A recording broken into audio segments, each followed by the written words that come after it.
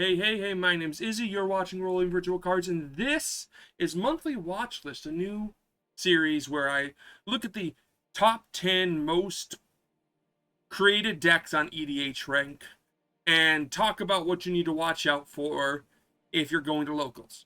These are the new popular decks being made, the new decks being used, and I'm keeping it specifically to newer cards or commanders from this year, or maybe new, like, old commanders that got a new spice for it, right? We're ignoring those commanders that are constantly used and will always be in the top commanders made in the week or month, just because of how popular they are. But let's hop right into it with the first commander, number 10, Hope Esthiam. Hope Esthiam is a white and a blue for a 2/2 legendary creature. Here's my cat. Going down. Human wizard with lifelink. And at the beginning of your instep, each opponent mills X cards, where X is the amount of life you gained this turn. Okay, Hope Esthiam is not only just a life gain deck, it's a life gain deck in good colors with a win con printed on it. Okay, a lot of life gain decks are saying, you sit there in most life gain decks going, how am I going to win? I'm just gaining a bunch of life. I guess there's a few white cards that win you the game if you have so much life. That works, but I got to draw into it. Hope Esthiam is just saying, hey guys, just run life gain, because you're just going to mill your opponents out. So the way this works is, let's say you gain 20 life. Then on your turn, then at your instep, they all lose, or they all mill 20 cards. Which is great. That means you just have to gain, technically it's less than 100, and it's less than 99. If everyone took a 7 after 99 cards in their deck, they're down to 92. And if they're drawing cards throughout the game, you're probably looking around like 80 life you have to do in order to mill them all out, which isn't hard. Not in a life gain deck.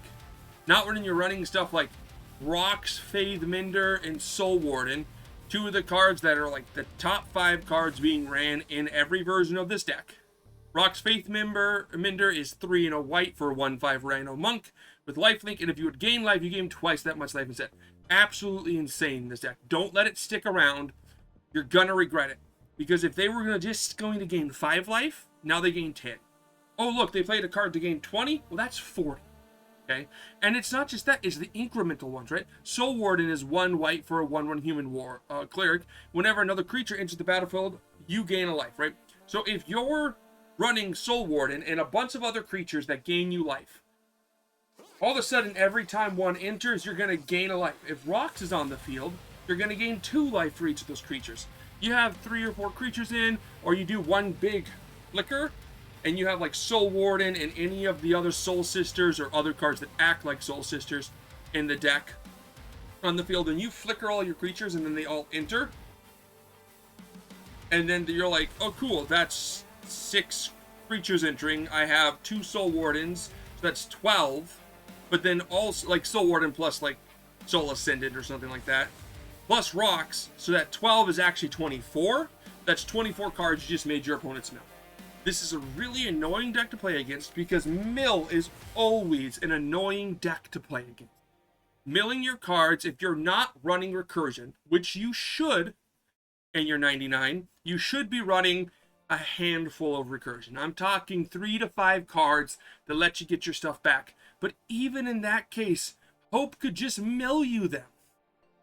You know, Hope Esthiam, it gives the player hope that's playing it, but it is just hopeless to play against it. You're gonna run up against it sooner or later, and if you do, your best bet, as always, is just to remove Hope. But some things to remember when you're playing a casual game of Commander, I'm talking 3 bracket and down, you're trying to have fun. Okay? And some people want to be able to play their deck. So running Hope as a mill commander, I would almost distinctly say stick at 3 or higher, okay? 3 has less likely of a chance of people complaining that you're playing mill, okay? If you're a 2 or 1, you're gonna run into people going, oh, you're playing a mill deck. I don't want to play against you. Could you just play something different? Which, yeah, I get it. People want to play their deck. If you're milling their cards out, they're not going to see it. They don't understand the conceptual idea that they just won't see those cards. They'll see other cards. So yeah, okay, I really wanted to see that card. Well, you milled them 20 cards, and it was the 19th card they milled. They were not going to see that card this game. So, but people don't want to hear that. People just want to know that if you're playing Hope, you're playing Mill, and if you're playing Mill, they don't like you. And if you're playing Life Gain Mill, they like you less, because now they're like, how do I remove him? I'm not running win the game or you lose the game cards, and my commander's a 2 power. How am I supposed to stop a Life Gain deck that now has a win con? They're going to complain. At 3, people are prepared for this. People have ways to stop you. They know what they're doing. They're going to interact with you. And then once you get to 4, if you're trying to build a 4 Hope, you can. I honestly think Hope is a Life Gain deck that can make it to 4. It's a Mill deck that can make it to 4. But in that case, your deck is mainly going to be a lot of counter spells and good white control pieces to just slow down your opponents in an attempt to get Hope out. I mean, he comes out turn 2 no matter what. Which is another thing great about Hope. Hope, when you're building the deck, you don't have to worry about 2 drops. If you've seen my previous video last Tuesday, you will know that part of the build-up in playing the game is to ramp on turn 2 nowadays. With Hope, you don't have to. You can just get Hope out turn 2. And if Hope comes out turn 2 and turn 1 you play a Soul Warden, Hope comes out, you gain a life, everyone mills it. Each of your opponents mill a card. And he's got lifelink too. So the other fun way to build Hope, because he has lifelink, is Voltron. Because you can just pump him up, hit someone, and then, oh look, I dealt 15 damage to you, I gained 15 life. At my instep, everyone mills 15. So that can be very helpful in those regards. So altogether, when playing against Hope, you do just want to be wary about losing cards that may be a part of your deck. If you're running a combo deck and you're not running enough recursion, I would highly suggest adding recursion to your deck in an attempt to mitigate the fact that you're going to be seeing this mill commander.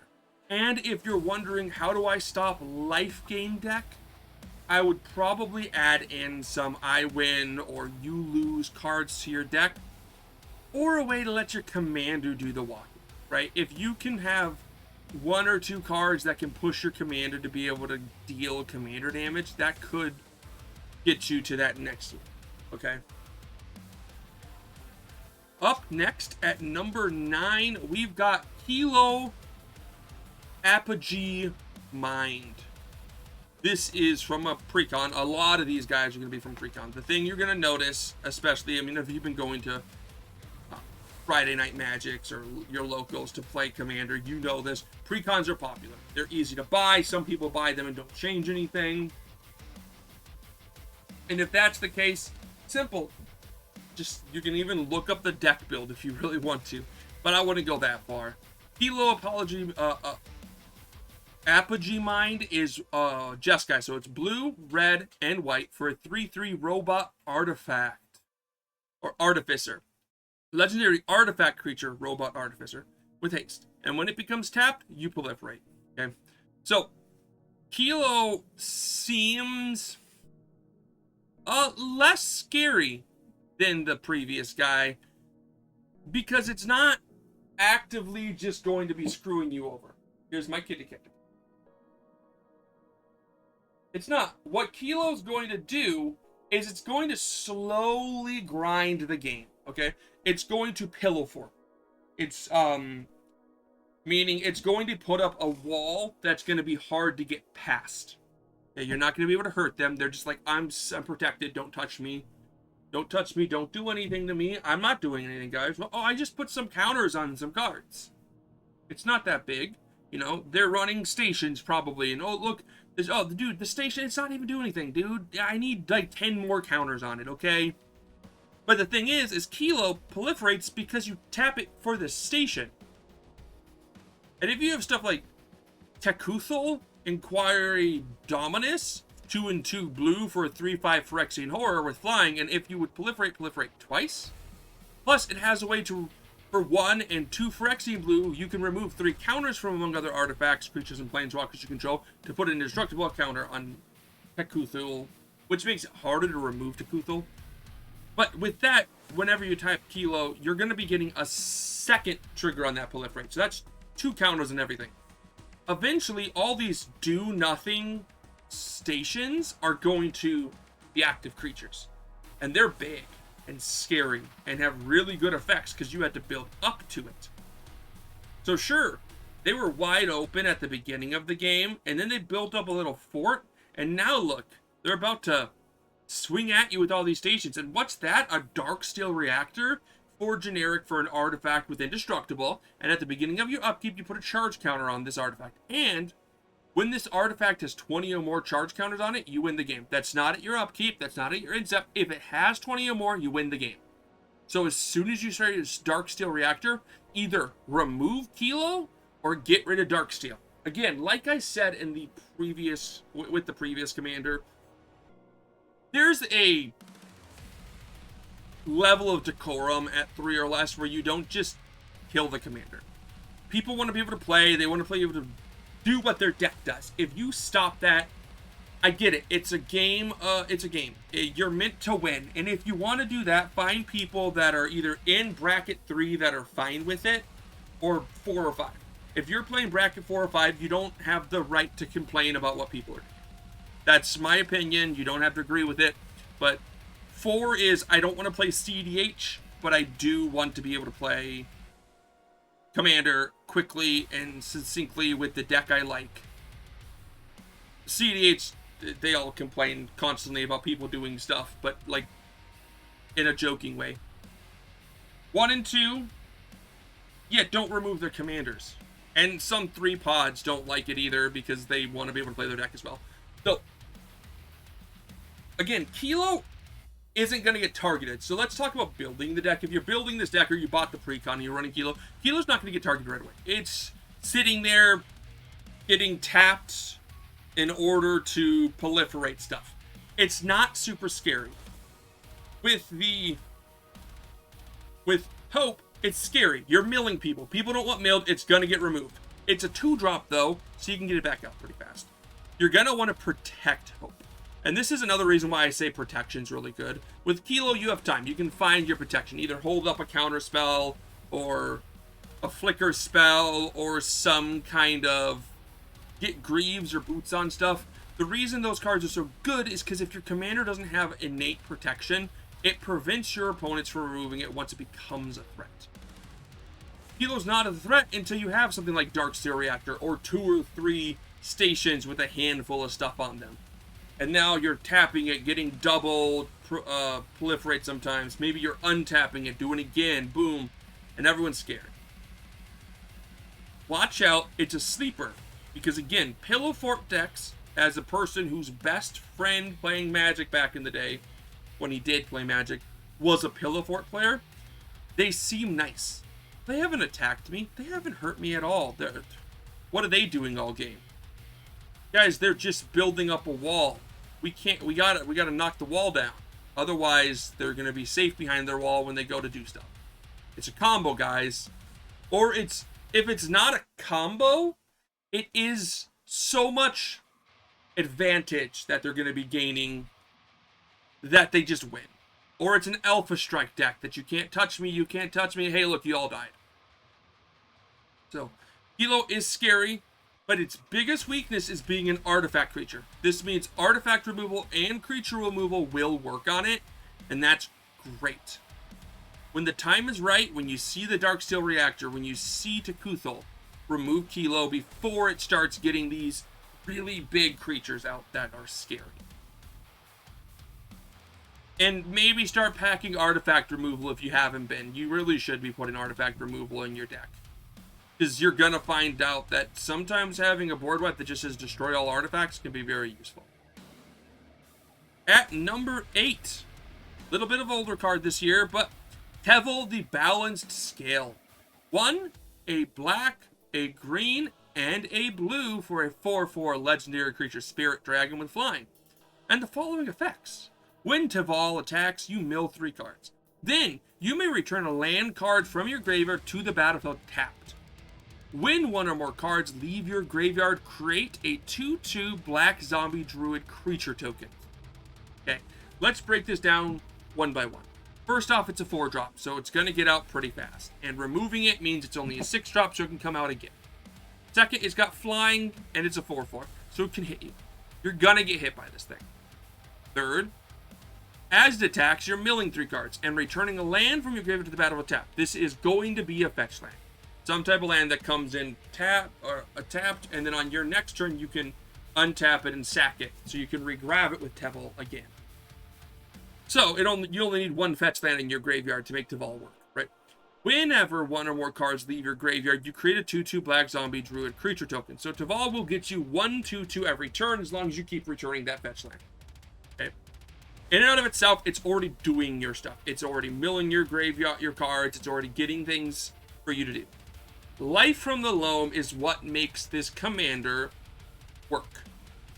Life from the Loam is 1 and a green for a sorcery. Return up to 3 target land cards from your graveyard to your hand. But it has Dredge 3, so if you will draw a card, you can mill 3 cards and return Life to the Loam to your hand instead. Life of the Loam is great. So with Dredge, if you dredge it, you automatically get a 2/2 off of Tevel. Okay? Or Teval, I don't know how you want to pronounce it. Off of Teval. That's great. Then if you cast Life from the Loam, you will return up to 3 lands from your graveyard to your hand, which will then trigger Teval. You can then play that other fetch land in your graveyard, sack it, get a land, swing, oh look, Teval brings back that fetch land. So next turn, when you return Life from the Loam, you can sack the fetch land that you got off Teval, get a land, cast Life from the Loam to return it to your hand, replay it and sack it, and then attack with Teval, and then do that again. So you have a very good loop, and all it takes is Teval, Life from the Loam, and a fetch land. 3 cards. And Teval can already mill them into your graveyard. He then has a card that's named after him. Teval's Judgment. Teval's Judgment is 2 and a black for an enchantment. When 1 or more cards leave your graveyard, choose one that hasn't been chosen this turn. Draw a card, create a treasure token, create a 2/2 black zombie druid creature token. Let's talk about that. Teval and this loop has 3 cards get removed. Life from the Loam being dredged, Life from the Loam being cast, and Teval grabbing the land. That means with Teval's Judgment on the field, you get to draw a card, make a treasure, and make a second 2/2. So not only do you get 4 2/2s, you get a treasure and draw a card. Teval does so much. It is just the perfect package of a great dragon. It's probably one of the decks I love the most that's being made and ran around everywhere. I think it's fun. I think Teval is doing exactly what you would think it needs to do, which is just being this scary dragon that isn't big, but is doing a lot. How do you stop it? Other than just removing Teval, because of course you can just remove the commander. Well, Graveyard Hate. Now, I am not one to say you should always pack a bunch of Graveyard Hate. A bunch of Graveyard Hate takes a deck like Teval. Let's take something like Rest in Peace. When you play Rest in Peace, you're telling Teval players you're not allowed to play the game. That's not fun. Now, it is up to Teval players who not only rely on Teval's mill as card advantage. They should have other card advantage to their deck, and they should definitely have interaction in order to remove stuff like Rest in Peace, because if you're playing Teval, you should know your weakness is losing access to your graveyard. Okay. Now, one cool thing is that I believe Rest in Peace, or some of the cards like that, exile it after it goes to the graveyard. If it says exile it instead of putting it in your graveyard, you don't get the Teval trigger. If it says, if it would enter your graveyard, exile it, it still enters your graveyard and then you exile it, so there's a leeway there where you still might get 2/2s. But mainly, to protect yourself from this stuff, you just need to run interaction. But as for players running cards, if I'm saying don't run Rest in Peace, it's kind of obnoxious for people wanting to run graveyard decks if they run it to Rest in Peace, because then I can't play my deck. I'm not going to attack with Cabal, because attacking with him will force me to mill 3 cards. So I'm just going to sit here. Draw a card. Didn't get my removal. Your turn. Draw my card. Didn't get my removal. Your turn. See what I'm saying? You can't play the game. And you don't want to lock one player out of the game. That's not fun. Locking all other your opponents out of the game, usually you can just go, okay, I locked you guys all out. Can we skeep? Yes, let's just play the next game. And honestly, if you have a lockout and you're playing in a game, please just go to the next game. They locked you out. You're not drawing into something. Don't draw it out. Just play the next game. I know, maybe you could win. Who cares? It's a game. Have fun. Go to the next game. Okay? But locking one person out of the game makes it a 3-player game, and the other person's in the game, just like, okay. And this is where you get people just, it's like, guys, Rest in Peace here. I don't have my removal. I'm just drawing cards. So unless you guys take faster turns, which is, again, where those really good 3 pods, or 3 bracket pods, and those 4 bracket pods, where they're playing Magic fast. And you're like, yeah, I don't care if I'm just drawing 1 card. Everyone's turn takes a minute. And since everyone's turn takes a minute, maybe 2 at most, the game goes quick. Okay? That's fine. I don't care. The game could be 30 turns. If everyone's only taking a minute or 2, it's okay, 2 minutes means it's an hour. But if it's 30 turns and everyone's taking like a minute to play their turn because they're paying attention, they got the cards, I digress. Play game is faster. Learn your deck so you don't have to sit there going, what am I doing? That all being said, what do you do to stop Taval if I'm telling you shouldn't run a card like Rest in Peace? Well, there's a plenty of cards that say exile target player's graveyard. And that is where I think it's perfect. Running those small cards, if you're in like, if you have access for an extra land, running any of the lands that can just exile player's graveyard, or running like a 0-drop artifact that exiles target player's graveyard, or any card that says exile everyone's graveyard. Those, I think, are perfectly suited. Running 1 or 2 of them, just because, you know, maybe there's a graveyard deck. And this will stop them. If you can exile life from the loam, then they can't do their massive loop. And you got rid of the land that's, well, actually the land's probably brought back from Taval, but you can at least get rid of life from the loam. So that way they can't keep doing that over and over again. They can still play the game, they can still rebuild, but hindering them is what your goal is. And I get it. People out there don't want to do that. They just want to play. They're just like, oh, I don't run a graveyard deck, and if I have white, I'm just going to run Rest in Peace to say, screw you graveyard decks. And that mindset's fine. I get that mindset. I used to have that mindset. But when you want to play with the most people possible, you want to play cards that are both effective and not rude. And I think Rest in Peace is rude. What are you doing, kitty cat? You okay? She grabbed onto the chair while I tried to set her down. So, that's my 2 cents on that. But overall, Taval is scary, and you should be running more graveyard hate in order to combat him. He's back up here. Okay, she's just going to lay down there. That's fine. She can lay down there. Sometimes she likes to touch the keyboard, and then that messes everything up. So next, at number 10, 9, 8, 7. At number 7 is Kefka. Kefka Court Mage is 2, a blue, a black, and a red for a 4/5 legendary creature human wizard with the following effects. When Kefka enters or attacks, each player discards a card. Then you draw a card for each card type among cards discarded this way. For 8, each opponent sacrifices a permanent of their choice. Transform Kefka. Do this only as a sorcery. Kefka, Ruler of Ruin, is a legendary creature avatar wizard with flying. And whenever an opponent loses life during your turn, you draw that many cards. The end draw near. I love this guy. And honestly, if I was gonna build a commander, which I need to get back to my locals soon. I need to find time to do so. I need to go Fridays. Find a locals. There's a few around me that I can try to go to and actually start start playing Commander more with people instead of just making all the content I make. Been playing Commander for 10 years now. I've been playing Commander, guys. And I have still not found a locals anymore in a while. I had a locals. Maybe I should go back there. Yeah, maybe.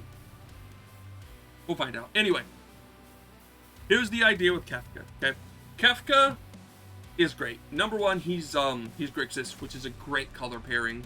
Number two, he does so much. So sure, he's a 4/5 who has to attack through its effect. Kind of.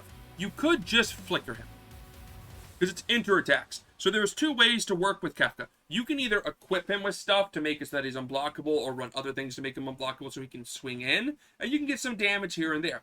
Or you can just run some flicker cards and just have him flicker and come in and out, and get the effect that way. He enters, each player discards, and then you draw a card for each card type among cards discarded this way. So you discard, like, a lot of times you're guaranteed to draw one. If everyone discards a land, you draw one. But you're probably going to get the guy who doesn't have a land in hand, so you're probably normally drawing two. And if you discard a card that other people might not discard, like you're choosing a sorcery or an instant or a creature that you're like, okay, I don't think they have this stuff, that's good. Telepathy can kind of be fun, or looking at your opponent's hands. Telepathy, the card that says, the one that says, look at each of your opponents play with their hand revealed, not each player. If it's each player, they can kind of work together to make it not work. But if it's each of your opponents play with your hand together, open, then you can work around that and discard a card that they don't have. Regardless, you're probably going to draw 2 to 3 cards off of Kefka's effect. Okay, this is good. This is good draw every time you attack or every time you flicker it. Okay. The big goal is to get to 8 mana and flip it. You want to flip Kefka once your opponents have no cards in hand. You've used this effect enough, no one has cards in hand other than you, and now you flip him, and now you have this 5/7 with flying, and that whenever an opponent loses life during your turn, you draw that many cards. So if you hit them for 5 damage, you're going to draw 5 cards. The cards being ran here are like Waste Not, because you're forcing people to discard. This is going to get you good effects. For 1 in a black, you get an enchantment. When an opponent discards a creature card, you create a 2/2 black zombie. If they discard a land card, you get 2 black mana. And if an opponent discards a non-creature non-land card, you draw a card. And with Harmonic Prodigy, it's 1 in a red for a 1/3 human wizard with prowess, and at the if an ability of a shaman or another wizard you control triggers, that ability triggers just 9. This is going to get Kefka's ETB or attack trigger to give you double discards and double draws. And then Kefka Rule of Ruin is still a wizard, so when an opponent loses life, you get that double draw. So that's 2 great ways. What's your win con here? Well, I mean, you have Kefka isn't the win con. Kefka is the draw engine. He's the interactive with your opponents, and then eventually, well, with its base form and its transform form, it's still a draw ability. It is the hard advantage in your command zone.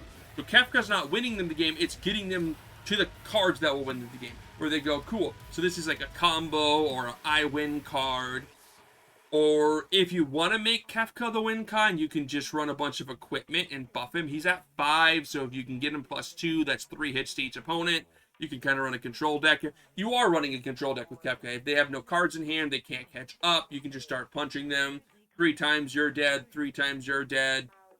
Double strike, get him to 11, that's one-shotting. There's a few ways you could make him the win con, but honestly, it's probably better to just run this as a combo deck and him as a way to find that combo. How to stop him? That's tough. That's a tough decision. So to stop him, you really need to look at doing, honestly, you had to remove Kefka. As much as I say I don't like that, there's not a lot of ways to prevent yourself from discarding cards. There's a few ways, but lower the amount of cards he's drawing. You can kind of do that in a sense where you're talking with your opponent, saying, let's all discard do we all have a creature? Yeah, okay, let's all discard a creature. That way, he'll know what you're discarding, and discard not a creature, but that's 2 cards instead of max total of 4 cards, right? So that can hinder him a little that way. Remove his card advantage cards like Waste Not and Harmonic Prodigy, so he didn't draw as many cards to get the double triggers, and probably stop his ramp, because if he doesn't transform into Ruler of Ruin, that's fine. Then you're not dealing with as much damage and as much card draw.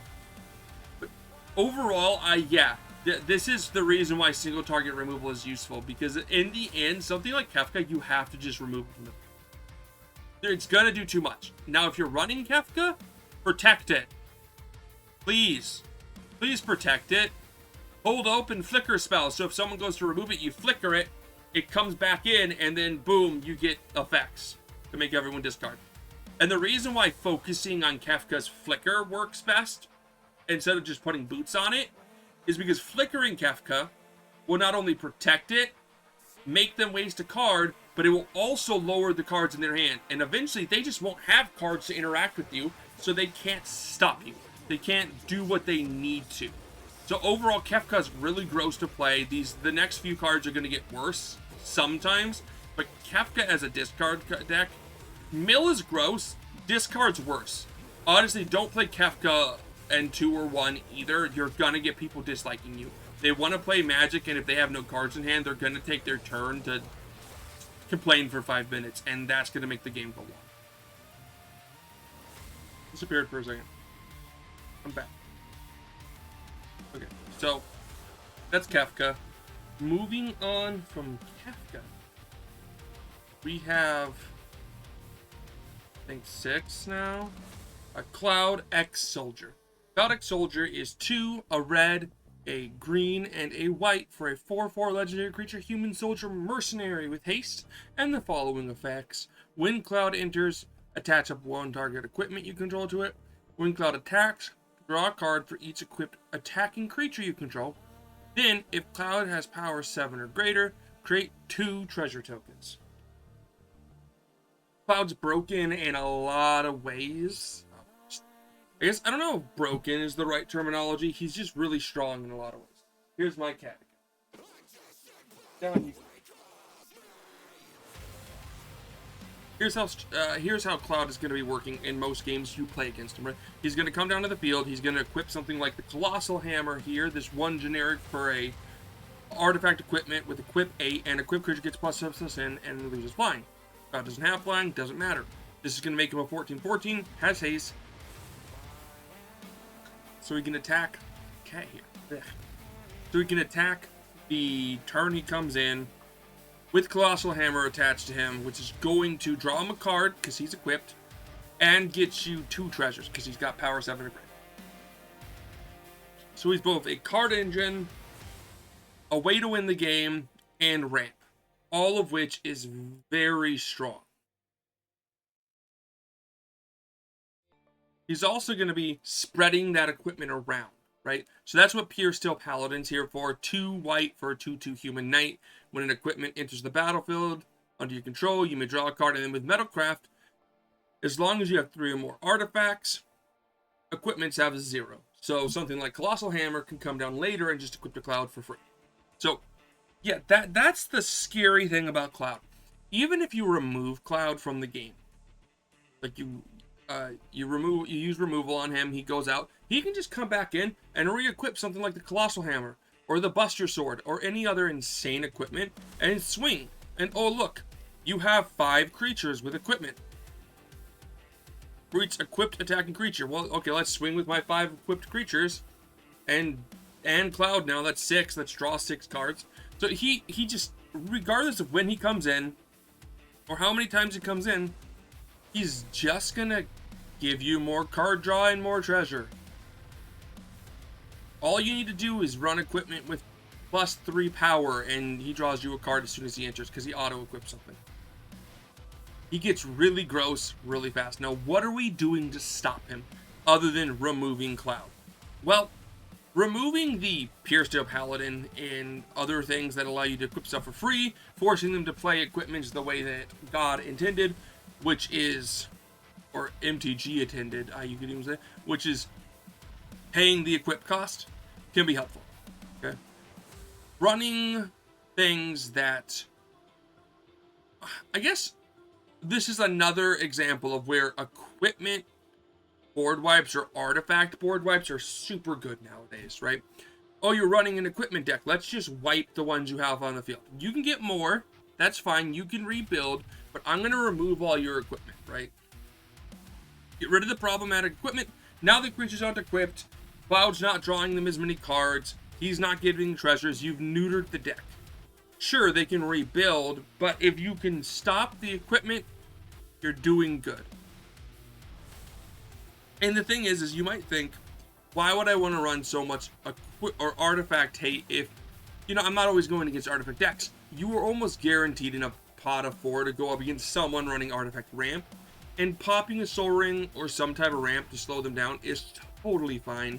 Anyone who thinks otherwise is wrong.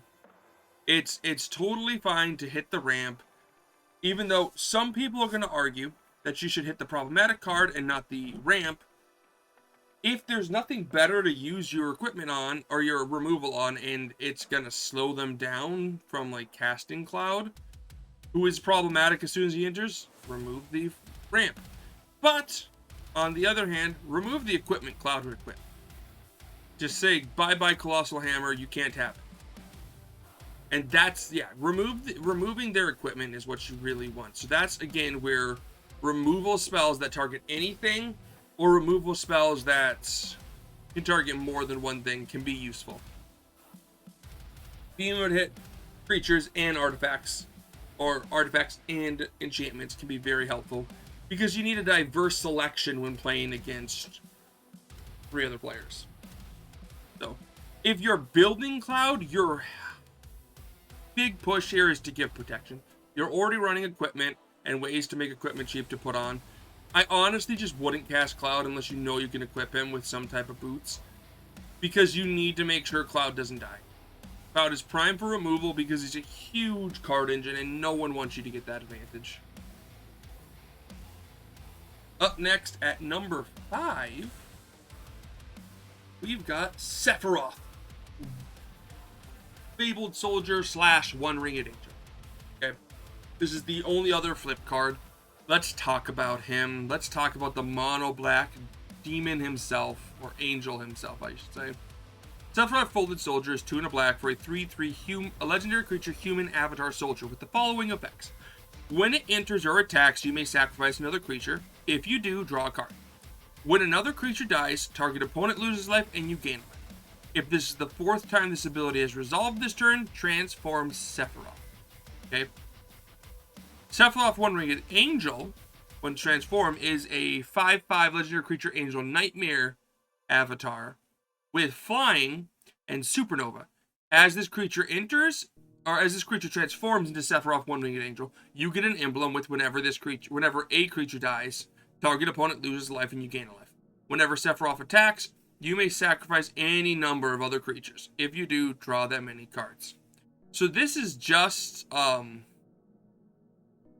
aristocrat on a commander, right? This is Blood Artist. That's her name.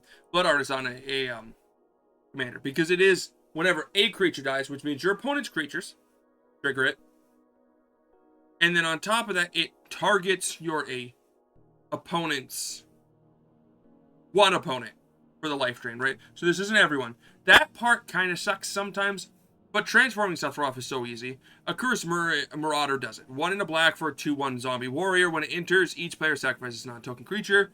And if this is the 4th time this ability, so that's you plus all 3 of your opponent's sacrifice creature, boom, Sephiroth transform. And then you get Supernova, which automatically gives you an emblem. There is no way to interact with emblems, which means for the rest of the game, if a creature dies, you gain a life and a target opponent loses a life. This hurts any deck running other aristocrat stuff because it ruins their numbers and makes it so they basically cannot win the game. They will die out before they can kill all 3 of you. And it makes it so that your opponents don't want to get rid of One-Winged Angel. See, let's say they do remove One-Winged Angel. Accursed Marauder is just the cheapest version of that creature effect. There are other ones doing the same thing that you can also run, that you cast. They're usually 3 mana, but that still is you, all 3 of your opponents, and boom, there's Sephiroth flipped again, and you get another emblem. Emblem stack. So now it's 2. So they don't want to touch One-Winged Angel. But the issue with not touching One-Winged Angel is that it's a 5/5 flyer who will attack someone. And when it attacks, you can sacrifice any number of other creatures and draw that many cards. So you can sacrifice 5 creatures, or 3 creatures that can recur themselves each turn, draw 3 cards, a target opponent loses a life and you gain a life 3 times, okay? This type of rotation really makes him a roast deck to play against. He's not so strong that people are going, I don't want to play against Sephiroth. But he is annoying. Okay, he is silver bulleting any aristocrat deck, because as soon as Sephiroth is on the field, everyone's like, I can't play my aristocrat deck because you're just going to target me. So if someone sacrifices a creature 10 times and makes you lose 10 life and then they gain 10 life, well, you gain 10 life and they lose 10 life. So it's just a moot point. So now they need a second aristocrat ability on the field to be able to beat you out. Okay? You can also technically team up with other ones, just both target another opponent and make them lose a lot of life. So that's kind of funny as well, but they usually just moot each other out, which makes everyone upset if they're trying to play an aristocrat deck, right? Both people have a Sephiroth out, neither of them are going to be gaining life or losing. Or they work together. Ophiomancer is just an example of another card that a lot of things do, but it does work specifically because it gets it at each upkeep. So 2 and a black for a 2/2 human shaman, that at the beginning of each upkeep, if you control no snakes, you get a 1/1 snake creature token with Death Touch, right? The cool thing about Death Touch is that if someone attacks you, you can just sack your snake by blocking with it. And that's 2 deaths for Sephiroth's effect, right? Which is great. And then on top of that, you can swing with them. And if someone blocks it, you just make that's 2 more damage that Sephiroth can do. But you can also sack the snake every single turn if you have a sack outlet. And Sephiroth triggers every single turn. And that's a new snake. That's 4 triggers every rotation. That's not going to flip Sephiroth, but it is going to deal damage over time. How is Sephiroth countered? Other than, once again, just removing Sephiroth. And removing him prior to his flip. Don't let him get supernova off. That's a great question. And the thing is your best option is to just not run creatures. If one of the people in the group isn't running a creature deck and they just don't have a creature on the field, a Cursed Marauder isn't enough to flip Sephiroth. That's only 3. So now you're gonna have to sacrifice another creature. The Sephiroth player will have to sacrifice another creature or have another creature die in order to get that flip. So if you see Sephiroth, maybe back off on casting the creature if they have Sephiroth out until you can remove him, just to make sure they don't get what they need. Okay. Because, like, even if it's just the 3 players, Sephiroth can still attack and sack a creature to get his effect to flip him, which is gross. Okay? So there is a lot of ways. Why do you keep coming here, my little kitty? There you go. I'm very gentle with it, guys. So, aside from removing Sephiroth from the game, what are we looking at to do to stop him? That's a very tough question. There's not a lot you can do other than just not putting creatures on the field to just make sure that you don't lose them to Sephiroth, so that Sephiroth can't just flip easily, right? And yeah, you can say counter spells. Run counter spells that counters creatures. That is also an option. But is it the best option? Probably not. Because, I mean, I guess counter spells work with basically everything, right? Same thing with removing creatures, Sephiroth, right? So in that instance,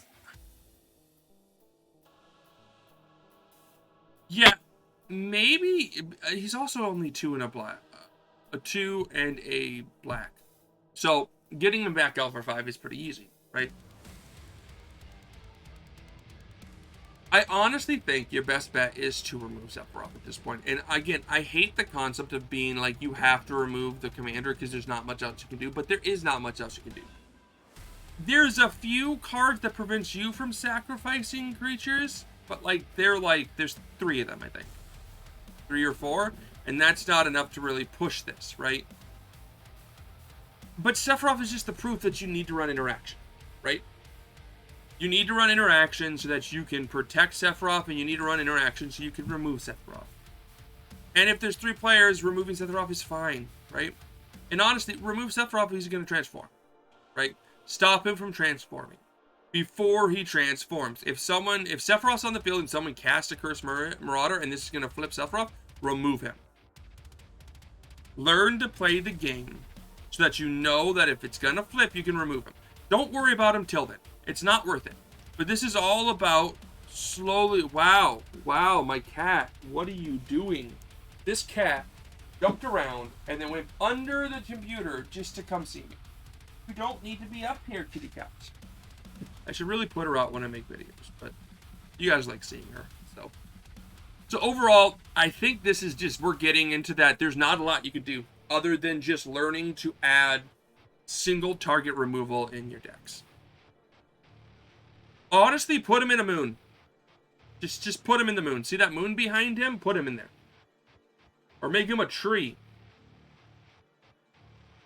Don't let people use Sephiroth. It's gross. Honestly, again, if you're being 100% honest still, graveyard interaction or removals of graveyards can really hinder Sephiroth decks too.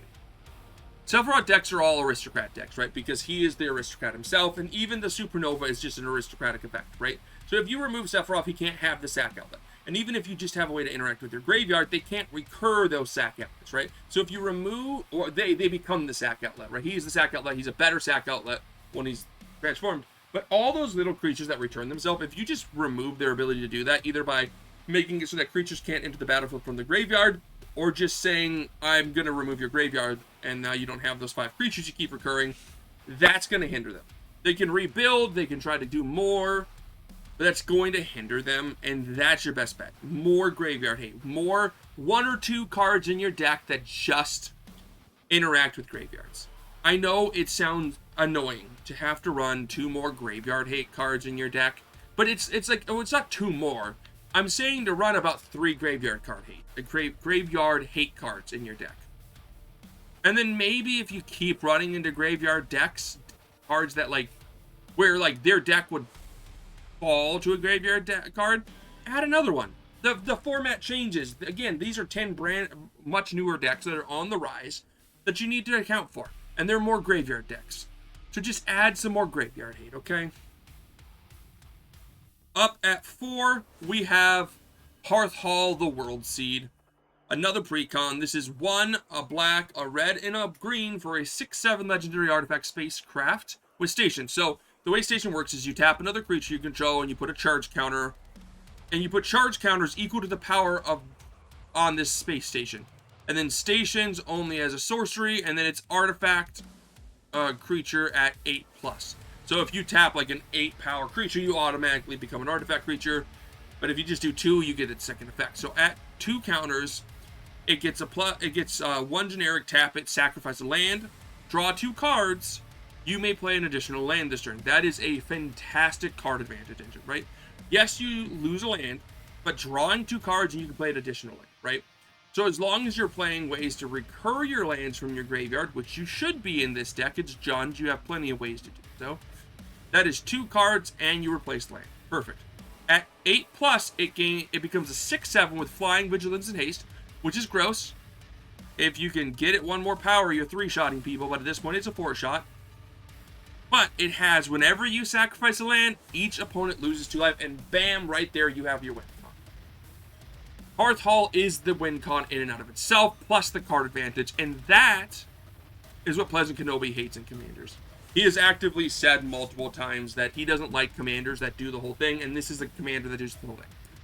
It's factual, right? This commander does it all. It not only is it your card advantage, not only is it your ramp advantage, it's also your win con. It's doing everything. Okay? There's no, oh, well, I need to worry about this or that. No, you get your commander out, you protect your commander, and you can hit people for 6 damage. As soon as it gets 8, because it's flying, vigilance, and haste, they can't, you can block with it, they can't stop you because it has evasion. So you're going to deal the 6 damage, right? And then, because it has vigilance, you can tap it to sack your land, Have each opponent lose 2 life, draw 2 cards, and put a land on. What did you put on the field? Oh, it's a fetch land. Sack the land, each opponent loses 2 life, and you fetch a land. This gets ridiculous really, really fast. Why does it get ridiculous fast? Because 2 life per land sacrificed is only 20 lands that need to be sacrificed to win you the game. And that's if you've not taken any damage. Every 2 damage you take is 1 less land that needs to be sacrificed. And he deals 6. So if you get hit by this thing, oh look, you took 6 damage. Well, that's 3 less cards lands they have to sacrifice. Now they're only looking at 17 they have to sacrifice, right? But then you bring things in like the Gitrog monster for 3 and a black and a green. You get a 6/6 frog horror with Death Touch, and at the beginning of your upkeep, sacrifice the Gitrog unless you sacrifice land. Triggers Houthal. You may play an additional land on each of your turns. Great, let's play another fetch land. And whenever 1 or more lands are put into your graveyard from anywhere, draw a card. Cool. Now when you're sacrificing a card with Houthal, you get to draw 3 cards. Or Aftermath Analysis. 1 and a green for a 1/3 elf detective that when it enters you mill 3 cards, and for 3 and a green you can sacrifice it to bring all land cards from your graveyard to the battlefield. Why is that great? Well, they come in untapped. And why is a land coming in untapped great? Because you can sacrifice them. Where Gitrog Monster is doing a fantastic job at like boosting your card advantage and your like mid game, Aftermath Analyst is your win con. Oh, I have 10 fetch lands in my graveyard. Let's play Aftermath Analyst for 2. Sacrifice it for 4. That's being 6 mana, right? And let's get 10 fetch lands back. Let's sack the 10 fetch lands. I don't even care if I fetch a land this time. We're sacrificing the 10. And if Houthal is at 8+, every single opponent just lost 20 life. So that's half their life. Cool. That's really gross and really fast. And as long as you've been playing the game where Houthal got out soon, you've been hitting people for 6 damage, you know, Gitrog's been hitting people, other people have been attacking each other, and you playing this attrition game like Commander is, Houthal just all of a sudden goes, Aftermath Analyst, 20 damage to everyone I win. How do you stop it? Hey guys, remember when I said to run Graveyard Hate and Artifact Hate? Start running Graveyard Hate and Artifact Hate. I can't issue that enough. Because it's an artifact. So just remove it. And also kill its graveyard, so that way they can't keep getting their lands back. Stop them, don't let them get their fetch lands back. Just, you got 5 fetch lands in your graveyard, they're gone. You got 1 fetch land, it's gone. No more fetch lands, slow them down. Because they're gonna run every single possible way to play lands from their graveyard, so they can play a fetch land, sack it. They're gonna play additional lands, cool, play all these additional lands, and they're just gonna keep playing that same fetch land from their graveyard and sacking it every single time. And then that only have 5 times, everyone lose 10 life. And next turn, 5 times, everyone lose 10 life. Take 6 damage from this guy does so much. Whereas like Sethros, like, what do I do? Hate its graveyard, I guess? Yeah, hate this person's graveyard. Start doing it, guys. Start running Graveyard Hate in your decks. Just naturally. That being said, if you see any of my deck builds and you don't see Graveyard Hate, comment, why the heck is there no Graveyard Hate? And then edit the deck yourself and add Graveyard Hate. Because my decks are built generically that you can edit them and fix them and change them for the meta you're in. And right now, the new favorite deck meta runs a lot of graveyard decks, and it's a lot of artifact-based decks, and you can just remove those problems. Okay, let's see. This is number 3. At number 3, we got Ragos, Deft Gastronaut. I just made last week a video on my deck on this. This is, I guess I'm not being special. He's my favorite commander from the set. I thought it was cool. I thought it was being cool. I tried to pick my favorite before looking at the new favorite cards, but this is the third most popular card to build this last month. So I'm not being cool, guys. I'm just lame. Radgast is a red and a white for a 2/2 lobster citizen. Artifacts you control are foods in addition to their other types, and have 2 generic tap. Sacrifice this artifact, you gain 3 life. Pay 1 generic and tap it to sacrifice a food, and it deals 3 damage to each opponent, and at the beginning of each end step, you gain life this turn. Untap Radgast. Okay, Radgast, again, does a lot. Turning all your artifacts, including tokens, into food is great. That just allows you to sacrifice them to gain life. So you have this life gain. Accidental life gain, as I like to call it, because that's not the goal of the deck. You're not like, I'm going to gain a bunch of life and stop you guys. No, you're getting a bunch of life to stop your opponents from ending you, right? Again, another reason to have a you lose, an I win, or commander damage as a side win, okay? And there's a lot of ways, and I'll do a podcast on it. I'll do a podcast on why you should run certain cards in your commander deck. And I'm talking about like 1 or 2, probably 1, so you're not flooding everything, but 1 or 2 cards that work, that could be put in your deck in case you go up against certain decks, so that you're not sitting there forever. But with Radgast, not only can you gain life, you can also sacrifice the food to deal 3 damage to each opponent. Now, in this case, I believe, if I remember right, it's 14 cards you have to activate Radgast 14 times to win. At 13, it's 39 damage, so at 14, that's win. But it's usually 13 because everyone's taking a damage, right? So that's fine, okay? Radgast untaps if you gain life. So, as long as you sacrifice a food, you gain 3 life. So that means you gained life. So, as long as you can pay 3 mana each turn and make sure you're producing enough food, you're able to sack a food for 2 mana, gain life, pay 1, I guess for 4 mana total. Pay 1 to sacrifice food to make everyone lose a life, and then at your end step, untap Radgast, and then you can tap him again, even on your end step, pay 1 more by paying 1 more mana, and then have a 3rd food. So as long as you have 3 food, that works. Both of these cards do that. Nuka-Cola Vending Machine is 3 generic for an artifact, and for 1 you can tap it to create a food. But whenever you sacrifice food, you create a tapped treasure token. Treasure tokens are food because of Radgast. So you can create a food for 1 with Nuka, sack the food to gain your life, make a tapped treasure token, pay 1 to tap Radgast to sacrifice the food, that is the treasure food, right? And then at your end step, untap and pay another 1. So that's a total of 1, 2, 3, 4, 5 mana each turn to infinitely deal 6 damage to every opponent and gain 3 life each turn. So that will eventually win you the game. And it's the beginning of each end step, mind you. So if you can continue doing this, which you can,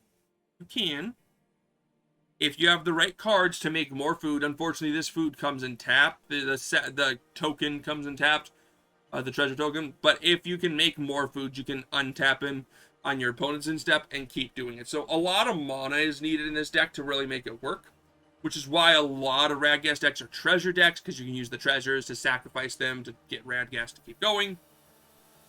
Academy Manufacturer helps here. 3 generic for a 1/3 artifact creature assembly worker, and then if you would create a clue, food, or treasure token, instead create 1 of each of them, okay? So Nuka-Cola, the treasure token would come in tapped, but you would make an untapped clue and food, okay? That's great. That's fantastic. That means when you tap Nuka-Cola, instead of just making a food, you make a food, a clue, and a treasure. And all 3 are still food. You can just flood the field with treasures that happen to be food, and clues that happen to be food, and food that's definitely food. Gourmet food now. It's not just any food, it's food, right? And then Radgast can just sacrifice them. And then you can sacrifice them yourself to gain 3 life on everyone's turn to untap him. So that's a total of 3 mana on everyone's turn to just keep dealing damage to everyone. And that's the goal. The goal is to just burn your opponents out. What's your win con? Radgast. Protect Radgast. If you're running Radgast, protect him. If you're going against Radgast, artifact, hey, Remove Nuka-Cola vending machine. Remove our Academy manufacturer. Just get rid of them. Token hate. There's not a lot of token hate. But artifact board wipes, because the tokens they're making are great. Just run stuff that just hurts them. Just, oh yeah, cool. Let's just sacrifice a bunch of, or let's just play something that says destroy all artifacts. Or everyone sacrifices all artifacts they control. On top of this, if you're in red, you can run cards that do hurt him for activating abilities. There's a lot of cards that do this that can help you out. There's also blue cards that, any card that like hinders your opponent for activating abilities or stops them from doing activated abilities will stop Radghast from winning the game. He won't be able to win, and most people rely on Radghast to win the game by sacrificing stuff. Otherwise, they're sitting there and they're just going to gain a bunch of life to try to stop themselves from dying until they can find a removal spell to get rid of your problematic card that's stopping them from using Radghast. But if you can run cards that like deal 2 damage whenever you activate an ability, those ones that say whenever you activate a non-mana ability, his +1 is, or his 1 tap is not an artifact, or is not a mana ability. So that would deal 3 damage to each opponent, but 2 damage to him, which isn't enough to stop Radghast from winning, but it will hurt him. And then maybe that with being able to hit them could be useful. But honestly, yeah, stopping activated abilities can be very useful, but mainly because it fits with everything else, just run more artifact hate. And honestly, graveyard hate can work too, because there's a lot of people who run Radghast with like a graveyard theme where like the artifacts go in the graveyard and then recur them. So if you can just exile the graveyard so they can't recur them, that can be useful. So that's also a very useful idea. Following this up with number 2, another commander I absolutely love, because Vivi is my favorite character from Final Fantasy. Vivi Ornator is 1, a blue, and a red for a 0/3 legendary wizard. With the following effects. For 0, add X mana in any combination of blue and red, or red, where X is Vivi Ornator's power. Activate only during your turn and only once each turn.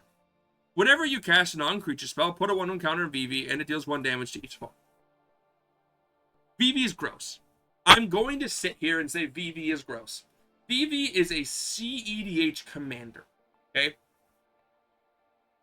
And personally, I would say a 4 bracket or higher commander. I do not think Vivi should be banned, but I think he should be put on the Game Changers list. Vivi is like, so like Niv Mizzet is technically worse than Vivi because Curiosity, the 1 blue enchant aura enchant creature, when an enchant creature deals damage to an opponent, you draw a card, and Ophidian 2 and a blue for an enchant aura with fast enchant creature. Whenever enchanted creature deals damage to an opponent, you may draw a card. Those 2 cards go infinite with Niv, with like 2 or 3 of the Nivs. I know it's at least 2, and the one that's uncounterable. But the uncounterable one, the one that people mostly play, costs 3 blue and 3 red. Vivi costs 1, a blue, and a red. So he's easy to get out, and you put Curiosity on him, and you know, I'm just going to cast a non-creature spell. Deal 3 damage, draw a card. Or draw 3 cards, right? And now he's at 4 power, because you did cast Curiosity, that's a non-creature, so that would have triggered. And then you just keep doing this, and cast all these cantrips to get Vivi going, and then, oh look, I mean, even if you're not running cantrips, you're running good cards, and then you're running interactive spells to stop your opponents, and the interactive spells trigger Vivi. And you're running a lot of counter spells to protect Vivi. You don't need to run boots in this deck. Most of your deck should be counter spells to just protect Vivi. They go, no, you can't touch my Vivi. Protect. How to remove Vivi? No. Stop it. He gets bigger. 1 damage to each opponent.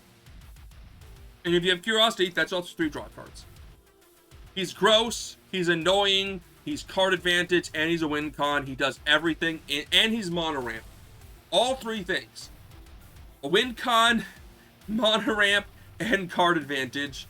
He's not technically card advantage, but because Curiosity, Ophidian Eye, and then the Tandem Lookout all do the same thing, that's 3 cards that as soon as you get them, Vivi just becomes gross.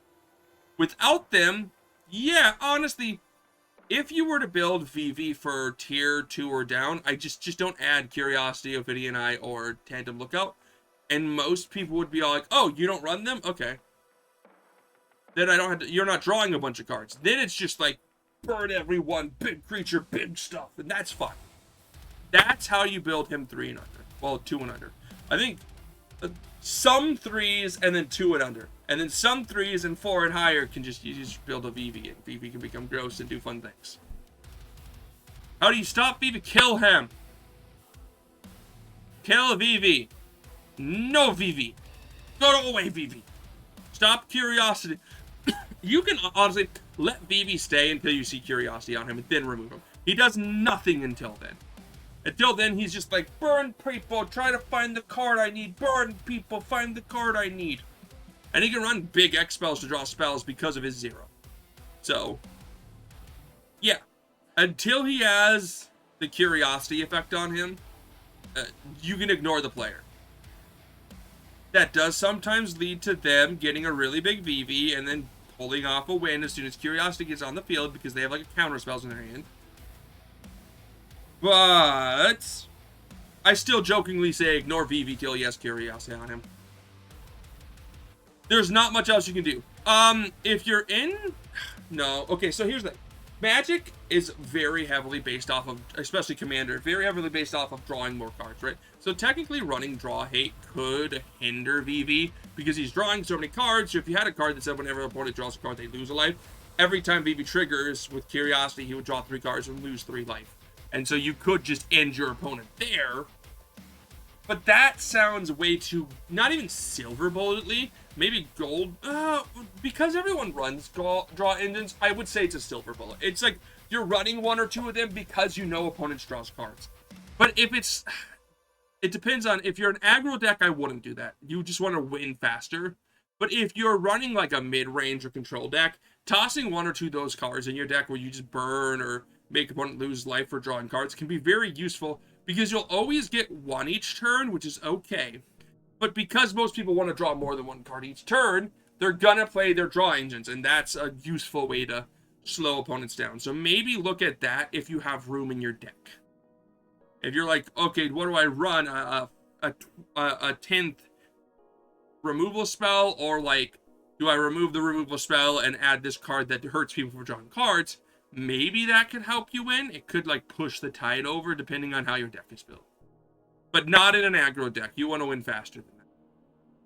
So VV's hard to stop once he gets going, unless you hinder draw. And number 1, surprising maybe some people, is Y'shtola Knights Blessed. It's the other, I mean, Final Fantasy is just super popular. You're going to see these cards rise in the ranks. People love them. And Y'shtola is no different. Okay, Y'shtola is 1, a white, a blue, and a black for a 2/4 cat warlock with vigilance. And at the beginning of each end step, if a player lost 4 or more life this turn, you draw a card. Whenever you cast a non-creature spell with mana value 3 or greater, Y'shtola deals 2 damage to each opponent and you gain 2 life. Now, how does Y'shtola work? Well, it's actually not Campbell or Curiosity. The cards that she's running are any cards you can cast that'll make you lose life.